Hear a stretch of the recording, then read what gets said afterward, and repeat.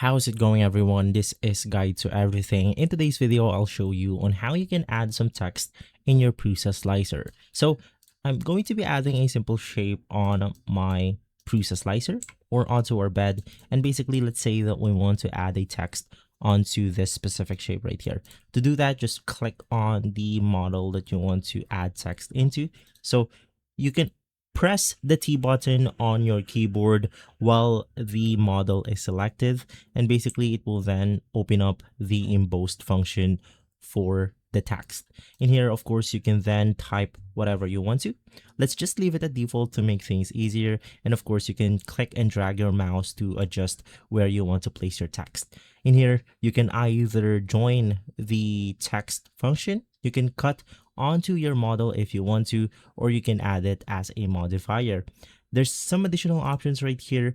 Now, if you're using something like a cylinder, let me go ahead and show you that real quick. Let's use cylinder right here. And let's do something like making it a little bit bigger.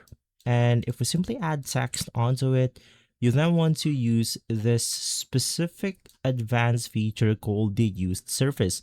Because if not, it will go ahead and look something like this, which is not ideal for some modified shapes or some cylindrical shapes like this one. So you can just click on the use surface option, and then basically it will wrap around our shape right here. And so guys, that's everything you need to know about adding a text in PrusaSlicer. If this video has been helpful, leave a like, subscribe, and follow Guide to Everything for more videos like this. Thanks for watching.